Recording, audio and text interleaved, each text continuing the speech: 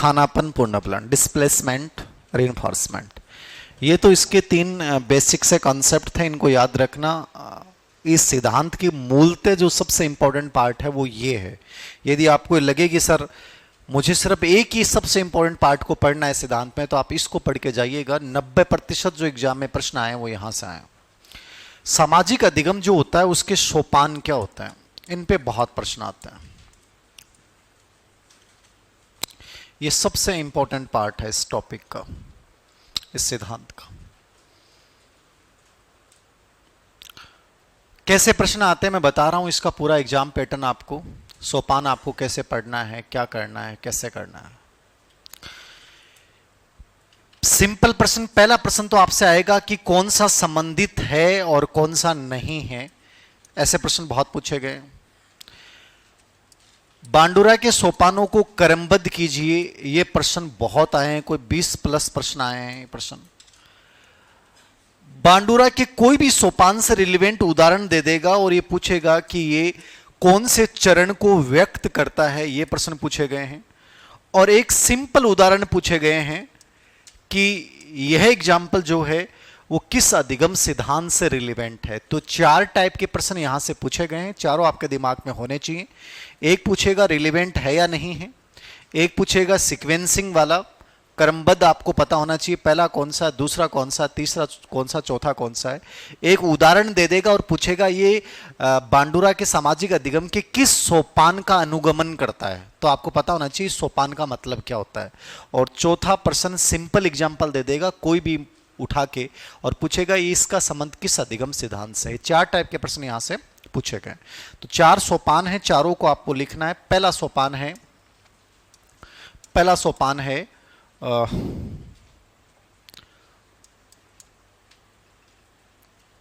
ध्यान, अवलोकन, दोनों वर्ड लिख लेना, दोनों एग्जाम में आए हुए हैं। अटेंशन, ऑब्जर्वेशन लिख लें, फिर मैं समझा दूंगा। ध्यान है, पहला अवलोकन है, दूसरा है धारण। धारण का मतलब रिटेंशन होता है, रिटेंशन। तीसरा होता है पुनः प्रस्तुतिकरण,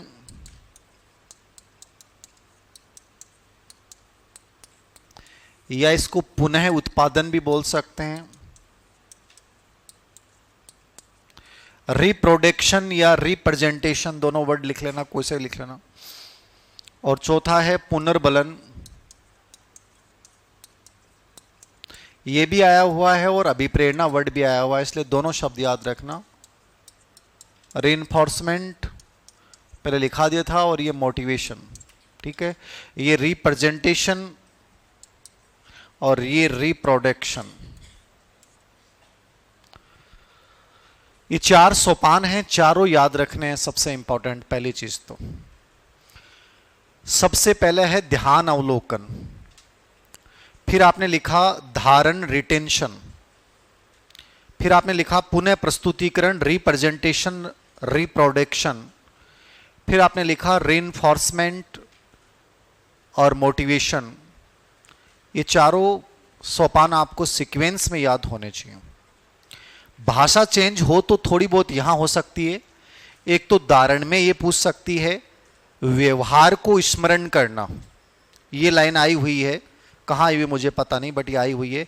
व्यवहार को, धारण का मतलब होता है जो चीज तुमने देखी है ना उसको माइंड में सेव करते हो, ठीक है ना, कि यार मैंने वो चीज देखी, अब इसको मैं सेव करता हूं। तो व्यवहार को आप क्या कर रहे हो, स्मरण कर रहे हो, याद कर रहे हो।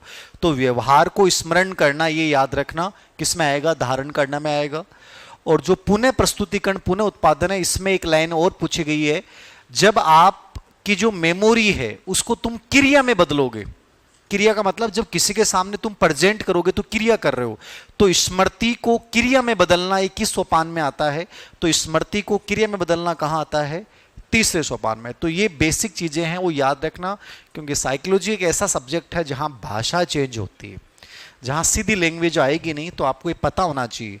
तो सबसे पहले अपन ऑब्जर्वेशन करते हैं, कोई चीज को देखेंगे, फिर उस देखे गए व्यवहार को अपन स्मरण करेंगे यानी धारण करेंगे, फिर स्मरण किए गए व्यवहार को अपन रिप्रेजेंट करेंगे, रिप्रोडक्ट करेंगे किसी के सामने, तो स्मृति को अपन स्मरण किए गए व्यवहार को क्रिया में बदलते हैं।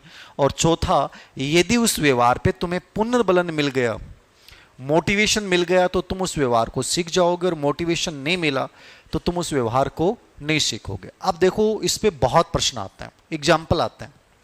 इसने क्या किया, चारों स्टेप पे इसने अल्बर्ट नामक बच्चे पे प्रयोग किया। उसने एक अल्बर्ट नामक बच्चे को लिया और उसको एक मूवी दिखाई, कन्नाडा की कोई भी मूवी दिखा दी, ठीक है। इस मूवी को दिखाने के बाद उसने उदाहरण को सिद्ध किया है कि ये चारों स्टेप हमारे लाइफ में काम कैसे करते हैं। और ये सब जगह हैं चीजें, याद रखना। आप अपने ऊपर लेके देख लीजिए, आप इतना सोशल लर्निंग करते हैं हद से ज्यादा, बट हमने पढ़ाई नहीं कभी कि ये सामाजिक अधिगम है क्या, बाकी हम डेली कर रहे हैं, आज भी कर रहे हो, कल भी करोगे, हमेशा करोगे, और कर रहे हैं, हर दिन कुछ ना कुछ नया व्यवहार सीख रहे हैं अपन। तो इसने इसको मूवी दिखाई, इसको एग्जाम्पल को मैं थोड़ा सा कन्वर्ट करके बता रहा हूं भारतीय स्थितियों में, कि अपन ने इस बच्चे को लिया और इसको अपन मूवी दिखाएं, टीवी सीरियल दिखाएं, कुछ भी दिखाएं। आजकल मूवीज का प्रभाव आप देख रहे हैं, कैसे कैसे मूवीज हैं और बच्चे कैसे उसको अपने व्यवहार का हिस्सा बना रहे हैं। पुष्पा जब मूवी आई थी तो कितने लोगों ने उसके डायलॉग को, पुष्पा वाले एक्शन को, पुष्पा वाले डांस को कितने लोगों ने अपने व्यवहार का हिस्सा बनाया। ऐसे हमारे व्यवहार की बहुत सारी मूवीज हिस्सा बनी हुई हैं।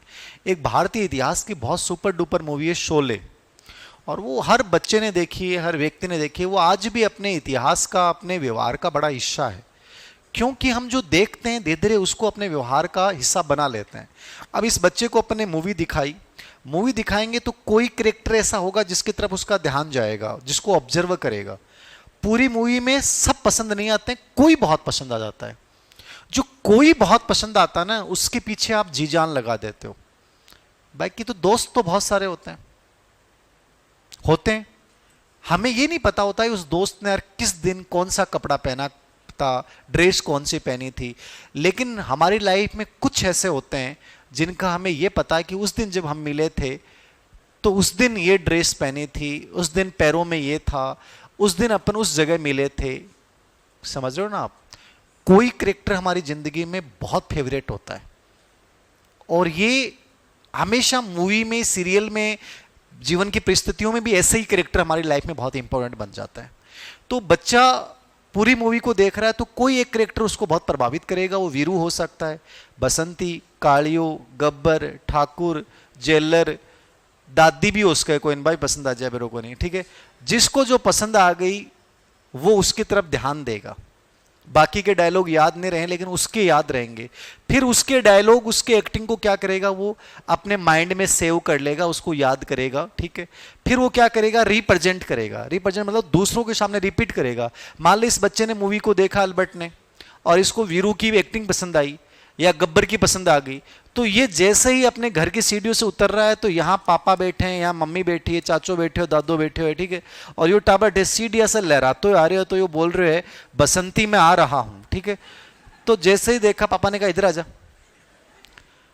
डायलॉग तो उसने वीरू वाला बोला था, पापा ने बुलाया, और पापा ने बुला के दादू के सामने, मम्मी के सामने, और 2 चपाटे मारे। अब मुझे बताओ बसंती दोबारा आएगी क्या? दोबारा आएगी नहीं। बसंती का कॉन्सेप्ट ही गायब हो गया, याद रखना। क्योंकि बसंती के आने के बाद क्या मिला इसको? पुनर्बलन मिला। पुनर्बलन कौन सा मिला? नकारात्मक मिला। नकारात्मक मिला तो उस व्यवहार को दोबारा रिपीट नहीं करोगे। वो बच्चा लहराते हुए बोलता, कालिया कितने आदमी थे? दादा ने कहा आजा, मैं बताऊं 5 थे, ठीक है। और 5 की 5 अंगुलियों की 5 थप्पड़ मार दी उसके। क्या वो दोबारा उस डायलॉग बोलेगा? नहीं बोलेगा। यही चीज यदि वो अपने दोस्तों के पीछे जा रहा है और दोस्त उसकी प्रशंसा कर रहे हैं, यार क्या एक्टिंग कर रहा है, यार क्या धर्मेंद्र पाजी जैसा लग रहा है यार, ठीक है, तो वो चीज को क्या करेगा, बार बार रिपीट करेगा। आपने कई बार देखा है कि अपने गांवों के बच्चों को गालियां बहुत सुंदर आती हैं। आजकल तो खैर गालियों वाला कॉन्सेप्ट बदल गया। मैंने ऐसा सुना है कि सबसे ज्यादा गालियां जो निकालते हैं वो इंजीनियरिंग के बच्चे निकालते हैं। कल्चर बदला है, गाली आजकल फैशन है। इंजीनियरिंग के बच्चे, मेडिकल वाले बच्चे जो बाहर एजुकेशन ले रहे हैं वो ज्यादा गालियां इस्तेमाल कर रहे हैं। और लड़कियां भी दो तीन गालियां जो मूल गालियां हैं वो लड़कियां भी इस्तेमाल कर रही हैं, और जब उनके मुंह से आप सुनोगे तो आपको फीलिंग भी अच्छी आएगी यार, वाह, मतलब पॉजिटिविटी आती है फिर लड़कों में कि हाँ ये तो बढ़िया हो रहा है यार, जमाना बदल गया है, ठीक है, अच्छा है। समझ रहे हो आप? तो इस जमाने की प्रोग्रेसिव है और ये आने वाले टाइम में गालियां हमारे व्यवहार का हिस्सा होंगी, और जब हम गालियां इस्तेमाल करेंगे तो हमें भी अच्छा फील होगा और सामने वाले को भी अच्छा फील होगा। ये आपको 2-4 साल में दिख जाएगा। तो फ्रस्ट्रेशन और तनाव को दूर करने का प्रमुख माध्यम वर्तमान में क्या बनती जा रही हैं? गालियां बनती जा रही हैं। ठीक है, इससे तुरंत रिलैक्स यदि आप होगे तो ये तरीका है। ये तुरंत रिलैक्स होने के 2-3 तरीके ही हैं। तो उसमें एक तो गाली है, ठीक है, बस ये देख कोशिश करो कि गाली किसी को सुने नहीं तो और भी बढ़िया है, ठीक है ना। 2-4 गालियां दिन में ऐसे निकाल ली, किसी को सुना भी नहीं, खुद को फील भी आ गया, निकाल भी दी, अगले को पता भी नहीं चला, ठीक है। तो आजकल ये फैशन बनता जा रहा है, बट हमारी जो कल्चर है उसमें थोड़ा सा क्या माना गया, गाली को अच्छा नहीं माना गया। गांव का बच्चा है, बाहर गया, गाली सुनी, गाली को सुनने के बाद अंदर आया, उसने देखा यार गाली तो जोरदार चीज है, वो बच्चा गाली सुन के रोने लग गया, मतलब गजब चीज थी। उसे पता नहीं था कि उसका महत्व क्या है, सामाजिक क्या है, नैतिक क्या है। अब मम्मा बर्तन साफ कर रही है तो बच्चे ने ट्राई करने के लिए कि यार अपन भी देखें तो सही, तो बच्चे ने गाली को फेंका, और बच्चे ने गाली को फेंका तो मम्मा के लिए गोलू बहुत इंपॉर्टेंट होता है। और मम्मा गोलू जो छोटा सा बच्चा है, छोटे से मुंह से जब तुम गाली सुनोगे ना तो हो सकता है पहली बार तुम्हें हंसी आ जाए, अरे भाई रे बहुत जोर की काटी रहे, ठीक है। और मम्मी हंस पड़ी तो गोलू के सोचो कि यार तो चीज जोरदार है, मम्मी भी राजी हो रही है इससे, तो ठीक है। अब वो गोलू जो है वो गालियों का सबसे सुंदर शब्दकोश तैयार कर लेगा, क्योंकि उसको क्या मिला, पूर्ण बलन। जैसे ही गाली निकाली और उसकी मम्मा उसके 2 चपाटे खींच के मार देती या बेलन उठा के 5-10 सिर में गाल देती, तो वो टाबर आपकी जिंदगी में गाड़ी की तरफ दोबारा आकर्षित को नहीं होता, क्योंकि उसको पूर्ण बलन कौन सा मिला, नकारात्मक। पूर्ण बलन पॉजिटिव मिला तो उस व्यवहार को सीख गया, पूर्ण बलन नेगेटिव मिला तो उस व्यवहार को नहीं सीखेगा। हजारों व्यवहार हैं जो अपन सोशल लर्निंग से सीखते हैं।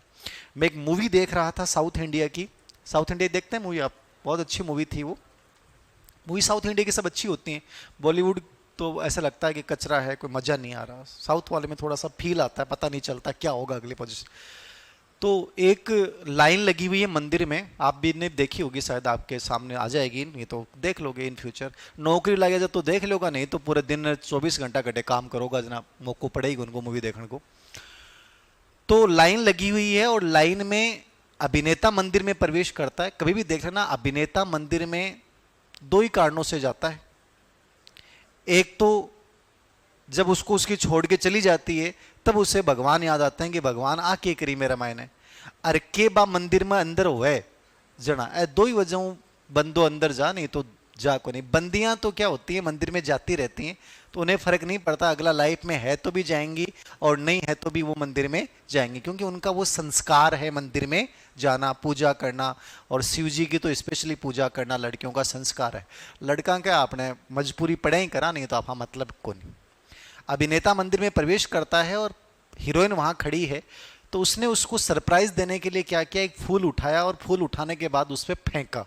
ये जिंदगी की सबसे बड़ी विडंबना है कि हम जहां भी निशाना लगाना चाहते हैं वहां निशाना अमूमन लगता नहीं है, हमेशा गलत जगह पे ही लगता है, ठीक है। तो निशाना जो लगा वो एक मोटी सी ही, ठीक है ना, बिपर लागी हो। अब मोटे आदमी, वैसे मैंने कहा दिल के बहुत अच्छे होते हैं, आपको कभी भी आजमाना हो तो मोटे आदमी पे आजमा के देख लेना। कभी भी कोई भी चीज आजमानी है, कहीं की भी बात करनी है थाने, तो प्रपोज भी करना तो थे मोटन करके देख लीजिए, मतलब नुकसान कुछ नहीं होगा, इतना ही होगा कि वो कह दे नहीं मैं अभी फिलहाल मैं नहीं, फिलहाल मैं कहीं इंगेज हूं, या कुछ बोल देगी वो, मतलब हंस के बोलेगी या वो हंस के बोलेगा, लेकिन वो तनाव नहीं लेगा। कभी भी दुबले पतले आदमी के चक्कर में मत पड़ जाना, जिंदगियां बर्बाद हो जाएंगी, जिंदगियां बर्बाद हो जाएंगी। सच कह रहा हूं कि कभी ये सोच लो कि भाई और तो बहुत ही कुछ नहीं मिलेगा वहां पे और पूरे लाइफ टाइम की टेंशन मिलेगी। तो ये मेरी पहली राय है उन बच्चों के लिए जो पढ़ने के लिए यहाँ पे आए हैं, वहाँ पे कहीं भी ट्रायल वगैरह प्रयास नहीं करें। मोटे पे करना, आपको नेगेटिव नहीं मिलेगा, पॉजिटिव ना भी मिले तो तटस्थ मिल जाएगा। उसने पीछे मुड़ के देखा, साइकोलॉजिकल मैंने क्या कहा कि मोटे आदमी के प्रति अपने दिमाग में नेगेटिविटी होती है कि यार यदि वो पीछे मुड़ के मारन लागी ना तो बच्चे कुछ ही कौन मुड़ी कि फूल किसने फेंका। तो जो अभिनेता था वो थोड़ा सा समझ गया और उसने सोचा कि बेटा गलत जगह पे आ गए, तो उसके हाथ में जो फूल थे उसने क्या किया, एक जगह पे पीछे मुड़ के और वहां पे फूल चढ़ाने शुरू कर दिए। उसने एक व्यवहार किया, उस मोटी सी जो लड़की थी उसने देखा यार ये तो फूल चढ़ा रहा है, कहीं और से गिर गया होगा। फिर वो लाइन अभिनेता निकल गया, अभिनेत्री निकल गई, वह मोटली जो है वह वापस भी जगह पर आवे और भी जगह पर आके फूल चढ़ा देती है। उसके पीछे और लड़कियां थी, बस देखी कि इनको स्पेशल जगह को पता है और जो असली देवता हैं भाई इजे निवास कर रहे हैं। तो धीरे धीरे उस मंदिर के जितने भी श्रद्धालु थे ना वहां के फूल चढ़ाने लग गए, फूलों का ढेर लग गया। और वो जो पंडित है वो बार बार कह रहे हो ये देवियों यहाँ फूल मत चढ़ाओ, लेकिन मुझे मानने को नहीं। कोई चीज के लिए टोक्यो जाना है, बटे आदमी के विश्वास और शुरू हो जाए कि अट्ठे पक्को ही कुछ स्पेशल है। समझ रहे हो ना आप? जहां फोटो खींचने के लिए मना किया जाता है वहां आदमी की फोटो खींचने की इच्छा ज्यादा जागृत हो जाती है। प्रतिबंध जहां होता है वहां उत्सुकता ऑटोमेटिकली बढ़ जाती है। मेरा कहने का मतलब था उसने बेचारे ने अपने आप को बचाने के लिए एक व्यवहार किया, लेकिन धीरे धीरे सब ने उस व्यवहार को अपना लिया। क्यों? दिमाग किसने नहीं लगाया, वो कर रहा है मतलब मैं कर रहा हूं। आप सब मंदिर जाते हैं, आप सब सोशल लर्निंग करते हो और आप करके देख लेना। आप जब भी मंदिर जाते हो, अभी रीट के कितने बच्चे हैं, हाथ ऊंचे करना, रीट वाले बच्चे नीचे कर लो, संख्या बढ़ती जा रही है रीट वालों की। ए बेचारा बहुत टेंशन में ही अलग ढाई तीन महीना रीट की तैयारी करनी है, नहीं हो तो आके लिए भगवान सारो है और भगवान ने सारो माननो भी चाहिए। ए मान लो कि इस मंदिर में जा रहे हैं तो आगे आगे एक नमूनो और जा रहे है जो पिछली रीट का मैंने करेक्ट है, बढ़िया नंबर ऐड है, ठीक है ना। तो वो गए और वो पहली सीढ़ी के ऊपर जाता ही, आ सीढ़ी है, इस सीढ़ी पर गए और प्रणाम करो। एक बार नहीं 5 बार, 2 3 4 5, बिन देखता ही जगह रिटाल टापरा यार मंदिर आया यार। वो आदमी अनुभवी आदमी है, ये मंदिर की सगली परंपराओं को पता है। तो जैसे आगे निकला, आप भी उस सीढ़ी पे कितनी बार प्रणाम करोगे? 5 बार। आज तक आपने प्रणाम नॉर्मल किया था, कभी एक बार कर लिया था, लेकिन उस दिन कितनी बार किया? 5 बार। वो नमूना कंप्लीटली आउटफिटेड है, मतलब रेट में तो उगो भी को, लेकिन थर्ड ग्रेड में को नहीं हो, जिससे वो मंदिरा में आंड रहे है। वो 10वीं सीढ़ी पे जाने के बाद ओजू पसर गो और ओजू वो ही 5 बार कर रहे हैं। थे सोचा यार वो तो वास्तव में एक भयंकर नॉलेज वाला आदमी है और इसको पता है भगवान को कैसे खुश किया जाए। आप भी वैसा व्यवहार करोगे। मंदिर की जो घंटी है उसके पास गया और मंदिर की घंटी गन जाता है, वो 3 बार बजाई। अब तक थे कितनी बार बजाता? 1 बार। उसने 3 बार बजाई। मैं 100% कह रहा हूं आपका व्यवहार ऑटोमेटिकली कन्वर्ट हो जाएगा। आप 3 बार ही बजाओगे, क्योंकि आपको अपने ऊपर विश्वास नहीं है, भगवान पे विश्वास नहीं। किस पे? क्या लग रहा है आपको? इस आदमी को नॉलेज है, 3 बार बजाने से बालाजी जल्दी सुन लेंगे काम, ठीक है। जैसे आपने भगवान के सामने प्रार्थना की, बालाजी रेट के मायने नाक को पाद दीजिए। भगवान के सामने कदे प्रार्थना नहीं करनी चाहिए, याद रखियो। मैं बोल लो नीचे, आप मन में विचार लेके गए हो, मंदिर में खड़े हो जाना, ईश्वर सुन लेगा, ये रियल बात है। लेकिन आप ये देखना कि मंदिर में जाने के बाद आप एक ही बात को 5 बार, बालाजी ध्यान रखियो, ध्यान रखियो, ध्यान रखियो, ध्यान रखियो, ध्यान रखियो। देख लीजिए इसकी शक्ति कमजोर हो जाए, लेकिन आप करोगे, ठीक है। जैसे गए प्रदक्षिणा पथ में, प्रदक्षिणा पथ को पहलो जो रस्तो आयो, पहली दीवार आई, पहली दीवार पर आता ही वो बंदो सिर रगड़ रहे, कौन सो थारा गचाल रो जगो। वो जैसे सिर रगड़ेगा, आपने आज तक सिर तो रगड़ा था लेकिन पीछे वाले पार्ट पे रगड़ा था, लेकिन आपने जैसे उसको देखा तो आपको लगा कि भाई अगली प्रार्थना कमजोर हो सके यदि यहां पे सिर रगड़ना शुरू नहीं किया तो। और आप यहां से सिर रगड़ना शुरू करोगे और वो आपके आगे आगे सिर रगड़ता जा रहा है, आप वैसा ही करोगे। क्यों कर रहे हैं आप? Social learning.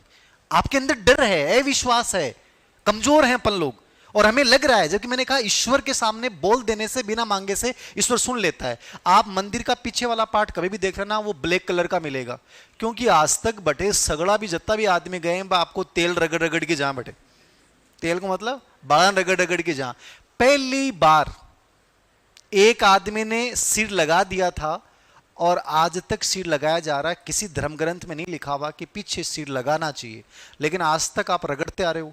मेरे बताने के बाद भी, चाहे तुम शाम को मंदिर चले जाना, जैसे मंदिर जाओगे और उस जगह पे जाओगे ना, तुम 100% सिर रगड़ोगे। आपको लगेगा कि पता धीर सिंह सर मजाक में भी कह सकें, आप मंदिर आ गया तो रिस्क क्यों लिया, रगड़ना ही तो रगड़ लो, ठीक है।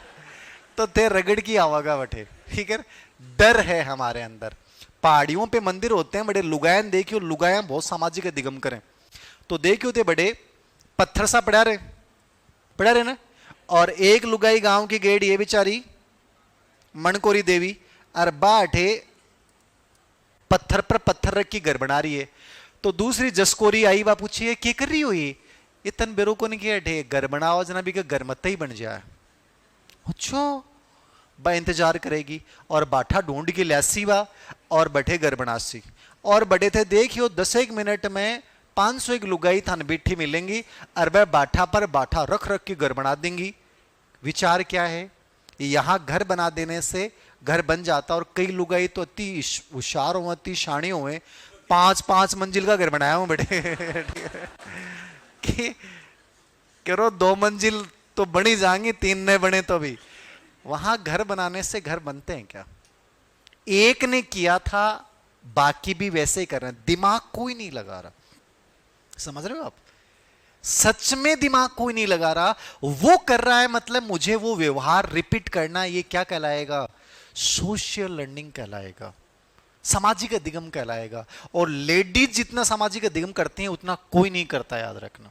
आपने देखा होगा आजकल तो नहीं, आप में से कई बच्चे पैंट पहनते हैं, है क्या कोई पहना हुआ है क्या?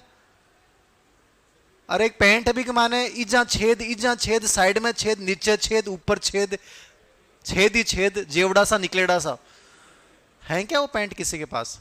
मैंने जब उस पैंट को पहली बार देखा था तो मैंने ये लगा था कि मैं बस से एक बार गिरा हुआ था तो मेरी पैंट में कांकरा गगल छेद होगा। तो मैं सोची आदमी ने देखो तो मैं यार दुर्दशा बहुत खराब है बेचारे, कत्ती बार गिरेड़ आए हो। तो मैं उस पैंट को पहने हुए है, बाद में पता चला लिवाइस में वो पैंट मिनिमम 6500 रुपए में आती, और आप में से कई लोग पहनते हैं। और उनसे पूछ लो कि लॉजिक क्या है, तो कहते हैं हवा बड़ी हवा है। अरे हवाई बढ़िया लानी है तो जाएंगे यहाँ पहनो, बढ़िया बड़ा आजकल एकदम खादी काम है, बस हवा सबसे बढ़िया हो, लेकिन वो नहीं पहनेंगे, पहननी वो जींस है। सोशल लर्निंग, उसका रिजल्ट रियाज फारूकी नामक एक मॉडल था, रियाज था लूसी की था, उसने पहली बार उस पैंट को कटवा के पहना था और उसके बाद पूरी दुनिया में फैशन बनी। समझ रहे हो? एक फैशन नई लड़कियों ने आजकल अपनाई है। आदमियों की कोई चीज छोड़ी को नहीं है तो मैं तो हर चीज अपना ली। आदमी के एक ही चीज बच रही लास्ट में भी को पजामो, कि पजामो कदे लेडीज कौन पहने। इसने क्या नाम था, रिया सेन है कौन सी, इस मॉडल ने रैंप के ऊपर आदमी का पजामा पहनकर और रैंप वॉक किया था और ऐसा लोकप्रिय हुआ कि उसको नया नाम दिया लेडीज के लिए प्लाजो। अरे गांव का मायने देख लो, सराम देख लो, 60 साल की बूढ़ली प्लाजो पहने हंडे बनाए कहते नहीं, वो आदमी वालों था रहे, वो दादा पजामो ही, वो पजामो को नहीं हो है जबकि बोई। सोशल लर्निंग, एक जो करेगी दूसरे 100% उस व्यवहार को अपनाएंगे अपन, ये सामाजिक अधिगम है। तो मैं अपने विवेक का प्रयोग नहीं कर रहा, वो क्या पहन रहे हैं, वो क्या खा रहे हैं, एज इट इज जो व्यवहार कर रहा हूं, ये सोशल लर्निंग कहलाएगा। इस पे देखो ऐसे प्रश्न बहुत आए हैं। एक बच्चा मूवी देख रहा है और मूवी के हिंसक दृश्य को देखकर वैसा ही व्यवहार करना सीख जाता है, कौन सा अधिगम सिद्धांत है? मतलब नकल करना। आप तो देख लो, संगीत को देखकर, नृत्य को देखकर, अभिनय को देखकर, हम किसी को देखकर उस व्यवहार को अपने व्यवहार का हिस्सा बना रहे हैं, वो क्या कहलाएगा? सोशल लर्निंग कहलाएगा। तो ये चारों स्टेप समझ में आ गए? कोई डाउट है किसी को?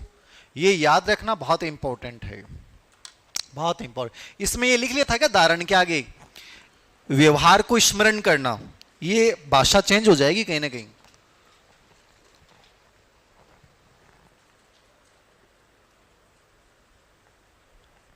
व्यवहार को स्मरण करना होता है धारण करने का मतलब।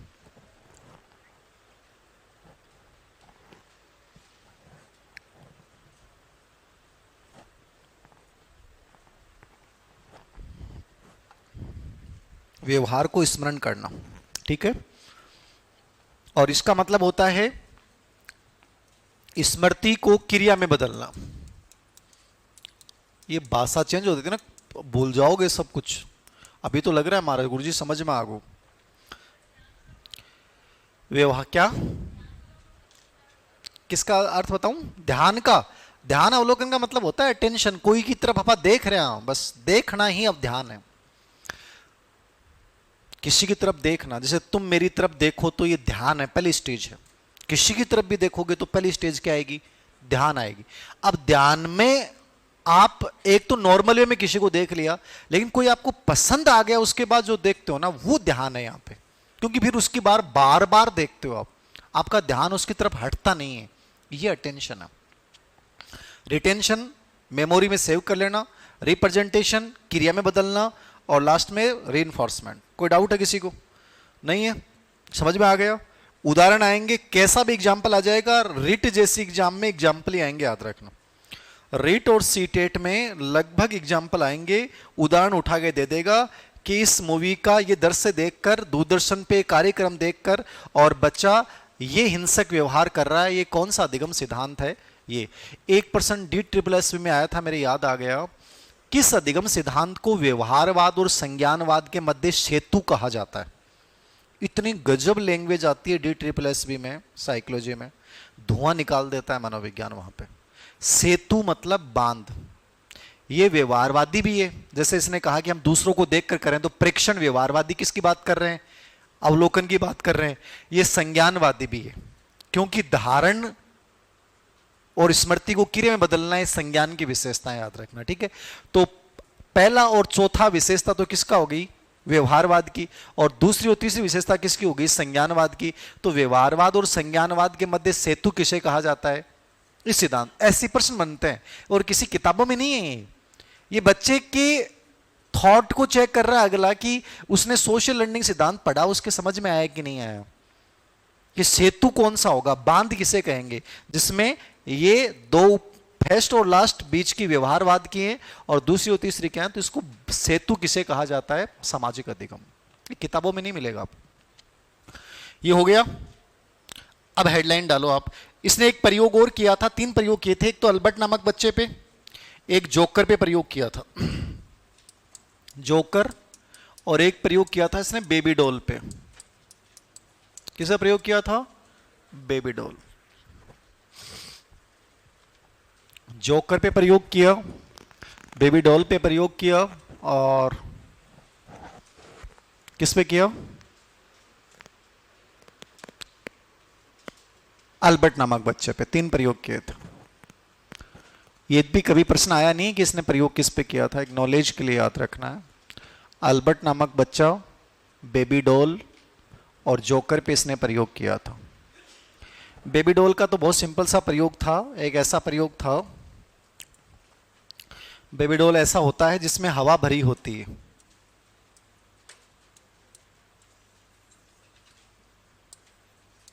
ठीक है। ये अंदर से फूला हुआ होता है जिसमें खूब सारी हवा होती है। तो इसने क्या किया, 2 ग्रुप लिए और 7-7 बच्चों के, और जो पहला ग्रुप था उस ग्रुप में जो पहला बच्चा था उसने क्या किया, इसको देखा। और देखने के बाद कई बार होता है ना, अपन कोई मोटे आदमी को देखते हैं, मोटा मतलब जगह की पेट की टमकी बहुत ज्यादा बाहर आ रखी हो, एकदम फुलेडी हो, तो अपन भी देख के मन करे कि पेट में 2-4 खींच खींच के लगा दूं तो मजूसो आ जा। मटमटियाणो बोले, इनके बोले मटमटियाणो बोले। तो कोई ना मोटा मोटा आदमी देख के मन करे एक 2-4 गब्भू गालन का, तो उस बच्चे के ऐसे ही मन में आया और उसने क्या किया, एक पेट ही पेट में 8-10 खींच खींच के गब्भू गाल दिया और फिर वो निकल गया वो बच्चा। इस ग्रुप के जो 6 बच्चे थे वो कुछ भी नहीं सोचेंगे। इसने 6 गब्बू गाले, 7 गब्बू गाले, वो 6 बच्चे आए और इन्होंने भी इसकी गर्दन पकड़ी और गर्दन पकड़ के 5-7 गाल गाल के मड़ा निकल लिया। उनके सबके दिमाग में एक ही फीड हो गया कि ये किसके लिए रखा हुआ है, गब्बू गालने के लिए। यानी उस ग्रुप के सभी बच्चों ने एक हिंसक दृश्य को देखकर हिंसा ही करना सीखा। दूसरे ग्रुप के बच्चे थे, उसमें जो पहले ग्रुप का बच्चा था उसने इसको देखा, इसको बड़ा प्यारा सा लगा, इसके पास आया, बगल में फोटो खींची, फिर हग किया, ठीक है। अपन कई बार कहते हैं कि लाड करे, तो उसने लाड किए इसके साथ, हग करना, किस करना, निकल गया। इस ग्रुप के जो 6 बच्चे हैं वो क्या करेंगे, वो एज इट इज व्यवहार करेंगे, याद रखना। चाहे उनके अंदर मारने की इच्छा हो लेकिन वो नहीं मारेंगे, वो सेम टू सेम यही व्यवहार करेंगे। इस बच्चे ने जो व्यवहार किया एज इट इज वही व्यवहार उन्होंने किया। सिंपल सा इससे जो क्लियर हो रहा है वो ये हो रहा है, हमारे सामने वाले जो लोग कर रहे हैं हम फिर अपना दिमाग नहीं लगाएंगे और वो जो कर रहे हैं वही व्यवहार हम करना शुरू कर देते हैं। इसको अपन क्या बोलते हैं, सोशल लर्निंग। तो ये 3 प्रयोग इसने किए थे। प्रयोग नहीं पूछेगा, बस एक नॉलेज के लिए आपके समझ में आना चाहिए कि सिद्धांत कहना क्या चाह रहा है। हेडलाइन डालो, सामाजिक अधिगम को प्रभावित करने वाले कारक।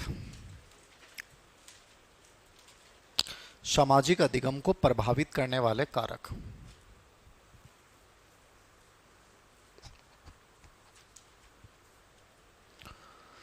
सामाजिक अधिगम को प्रभावित करने वाले कारक।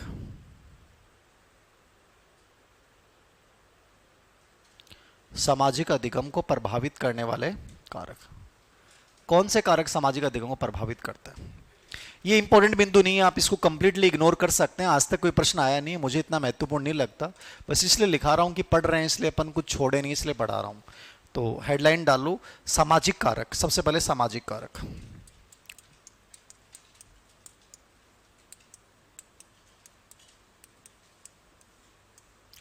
सामाजिक कारक में कौन से होते हैं? एक तो अवलोकन सामाजिक कारक है, हम किसी को देखते हैं। सुझाव, सजेशन, समानता, प्रतिस्पर्धा। सामाजिक कारक कौन से होते हैं? अवलोकन, कोमा सुझाव, कोमा समानता, कोमा प्रतिस्पर्धा, सहानुभूति, सहयोग। ये सोशल फैक्टर होते हैं। सामाजिक कारक में अवलोकन, किसी को अपने देखा। सुझाव, सुझाव का मतलब जो आदमी हमें बात बात पे कहता है तुम ऐसे कर लो वैसे कर लो, उससे अपन जल्दी सामाजिक अधिगम करेंगे।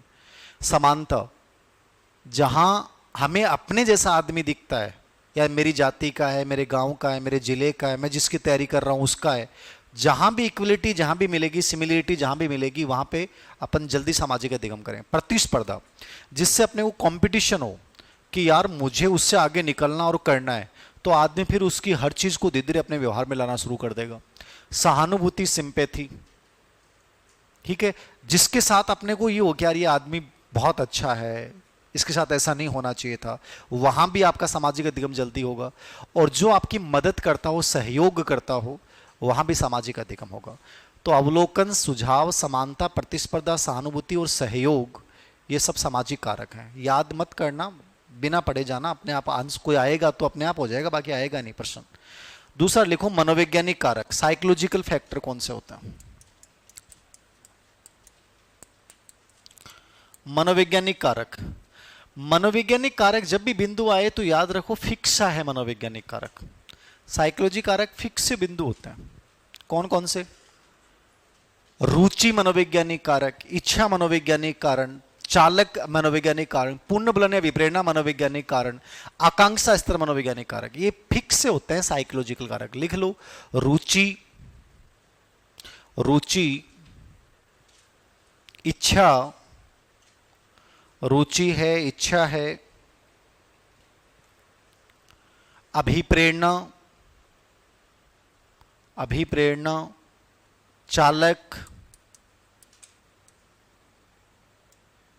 पुनर्बलन, आकांक्षा, ये सब मनोवैज्ञानिक कारक साइकोलॉजिकल फैक्टर है।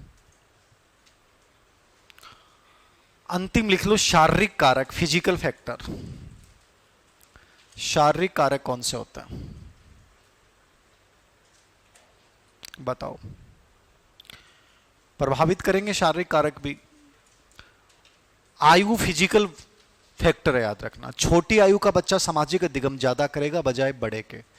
आप कम करोगे और आपकी जैसे एज बढ़ती जाएगी और बहुत कम करोगे, आपको फर्क नहीं पड़ेगा कि कोई क्या कर रहा है, आप अपने अकॉर्डिंग जीना शुरू कर दोगे। अभी फर्क पड़ेगा थोड़ा, कुछ सालों बाद एकदम फर्क पड़ना बंद हो जाएगा। तो छोटी आयु का बच्चा ज्यादा सामाजिक अधिगम करता है। लिख लो, आयु, परिपक्वता, मैच्योरिटी प्रभावित करती है। आयु है, परिपक्वता है, शारीरिक रोग, बीमारियां जो होती हैं, शारीरिक रोग। जो बीमार लोग होते हैं वो सोशल लर्निंग नहीं करते। थकान, थका हुआ आदमी सामाजिक अधिगम नहीं करेगा। थकान। और अंतःस्रावी ग्रंथि। अंतःस्रावी ग्रंथि जानते हो क्या होती हैं? बताओ, किसको बोलते हैं अंतःस्रावी? वे ग्रंथियां जिनमें से हार्मोन का स्राव होता है वो कम होगा तो भी विकास प्रभावित होगा और ज़्यादा होगा तो भी प्रभावित होगा। ये विकास टॉपिक जो सेकंड टॉपिक में स्टार्ट करूंगा उसमें अपन पढ़ेंगे पीयूष ग्रंथि, एड्रिनल ग्रंथि, थायरोक्सिन ग्रंथि, ये भी आपके व्यवहार को क्या करती हैं, प्रभावित करते हैं। तो इनको हल्का सा देख लेना। हेडलाइन डालो इस सिद्धांत की उपयोगिता। उपयोगिता क्या है?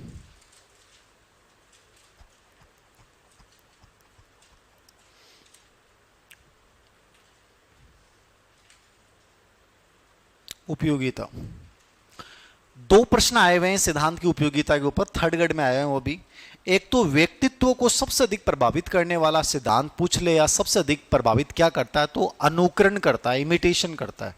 तो व्यक्तित्व निर्माण में इसको उपयोगी माना गया है। तो लिख लो एक तो व्यक्तित्व निर्माण में उपयोगी, पर्सनैलिटी डेवलपमेंट में इसको उपयोगी माना गया। व्यक्तित्व निर्माण में उपयोगी, किसमें उपयोगी है ये? व्यक्तित्व निर्माण। नंबर 2 पे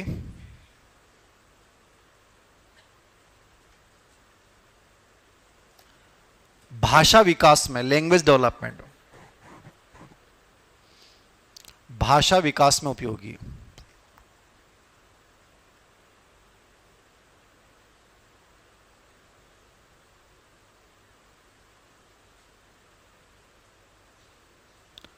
नंबर 3,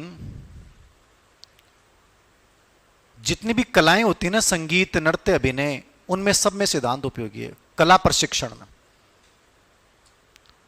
कला प्रशिक्षण में उपयोगी।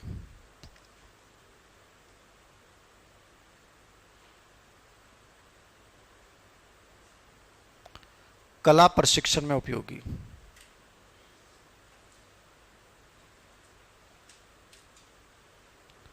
क्योंकि नृत्य अपन दूसरों को देखकर सीखते हैं, अभिनय अपन दूसरों को देखकर सीखते हैं, पेंटिंग बनाना दूसरे को देखकर सीखते हैं। ये हमेशा दूसरों को देखकर फिर अपने व्यवहार में लाते हैं। इसलिए जितनी भी कलाएं होती हैं वो सब इसी सिद्धांत के अकॉर्डिंग सीखी जाती हैं। सामाजिक व्यवहार को सिखाने में उपयोगी, सामाजिक व्यवहार को सिखाने में, सामाजिक व्यवहार को सिखाने में उपयोगी। सामाजिक व्यवहार को सिखाने में उपयोगी। ये याद रखना, ये इसकी उपयोगिताएं हैं। व्यक्तित्व वाला आया हुआ है, ठीक है, और एक कला प्रशिक्षण वाला आया हुआ है, दो आए हुए हैं। आधुनिक संज्ञानवाद, प्राचीन संज्ञानवाद सब पूरे हो गए आपके।